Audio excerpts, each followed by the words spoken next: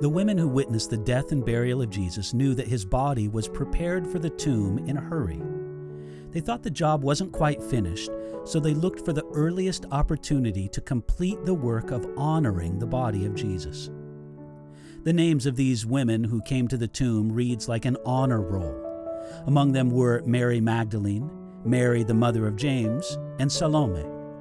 These women proved themselves to be the most devoted followers of Jesus, and they alone came to the tomb that Sunday morning. They brought spices with them, which were used to cover the smell of a decomposing body. So when the Sabbath day was over, and as soon as it was light, these dear devoted women hurried to the tomb of Jesus to finish what Joseph of Arimathea and Nicodemus started. Here's a description of what they saw when they came to the tomb, taken from Mark chapter 16, verses 5 and 6. And entering the tomb, they saw a young man clothed in a long white robe sitting on the right side, and they were alarmed. But he said to them, "Do not be alarmed. You seek Jesus of Nazareth, who was crucified. He is risen. He is not here. See the place where they laid him." The women did not expect to find an empty tomb. They came wondering who would open the tomb for them by rolling away the stone covering the entrance. This shows that the resurrection accounts cannot be the product of wishful thinking. These women did not even expect that it would happen. They did not find the Roman guards on their watch when they came to the tomb.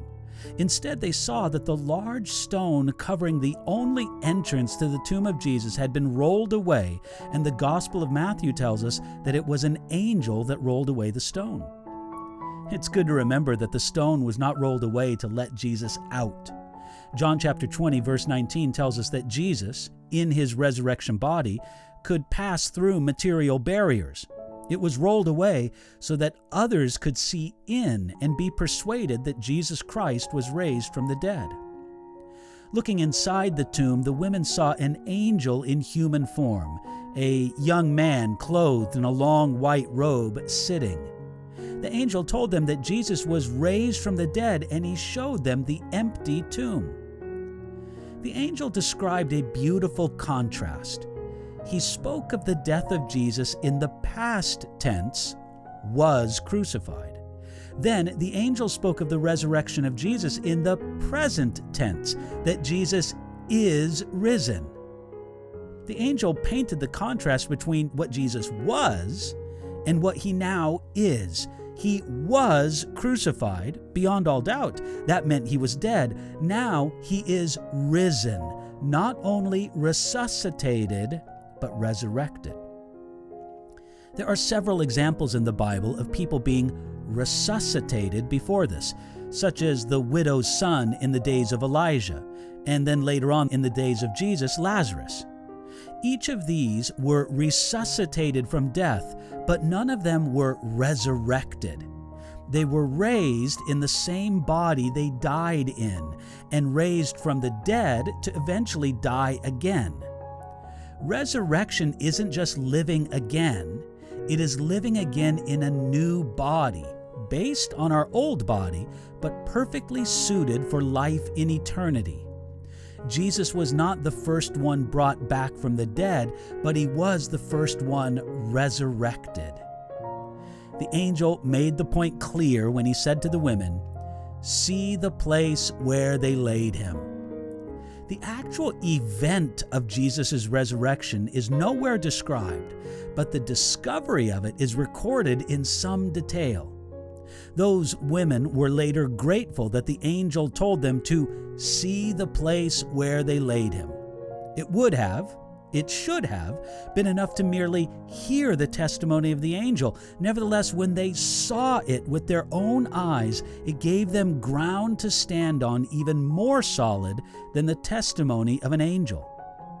Through the eyewitness testimony of these women, we also can see this place, the empty tomb of Jesus.